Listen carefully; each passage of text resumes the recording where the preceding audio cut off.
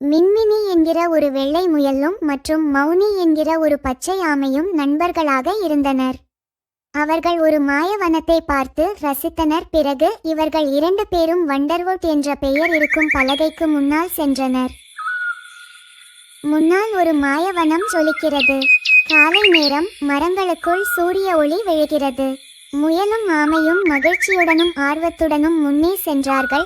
வனத்துக்குள்ளே முயலும் ஆமையும் சேர்ந்து ஒரு ஜொலிக்கும் புதிரை தீர்க்க முயற்சிக்கிறார்கள். முயல் குதித்து நிலத்தில் இருக்கும் ஒளிரும் பதாகத்தை அழுத்துகிறது. ஆமை அந்த பதாகத்தை கவனமாக படிக்கிறது. சுற்றிலும் வண்ணமயமான பச்சை வனம், ஜொலிக்கும் பூச்செடிகள், மிகவும் ரம்மியமான சூழல்.